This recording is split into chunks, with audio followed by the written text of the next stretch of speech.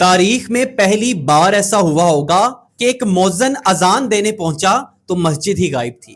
اسلام آباد میں مدنی مسجد کو راتوں رات شہید کر دیا گیا، راتوں رات اس کے ملبے کو زمین بوس کر دیا گیا اور راتوں رات اس جگہ کے اوپر پودے لگا دیے گئے۔ انتظامیہ کا کہنا ہے کہ مسجد قدرتی خوبصورتی کو خراب کر رہی تھی، ہم نے وہاں پہ گرین بیلٹ بنا دیا ہے۔ مگر حیرت کی بات بتاؤں، اسلام آباد کے 4 بڑے ایسے ہوٹلز ہیں جنہیں شراب بیچنے کی اجازت دے دی گئی ہے۔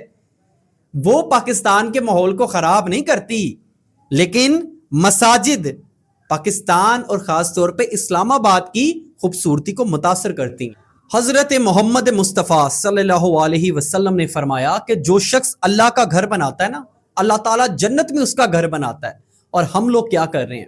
اللہ کے گھر کو شہید کر رہے ہیں، اللہ کے گھر کو ملبے میں بدل رہے ہیں۔ اور مزید افسوس کی بات بتاؤں، اس ملبے کو راتوں رات زمین بوس کر دیا گیا اور اس کے بعد اب اسی زمین سے قرآن پاک کے اوراق نکل رہے ہیں۔ یہ ایک مسجد نہیں گری، یہ عقیدے پہ حملہ ہوا ہے، یہ ایمان پہ حملہ ہوا ہے، اس پہ میں کیسے چپ کر جاؤں؟ اینڈ پہ بس یہی بولوں گا کہ شراب بیچنے والے اڈے آباد ہیں اور اللہ کی عبادت کرنے والے گھر شہید کر دیے گئے۔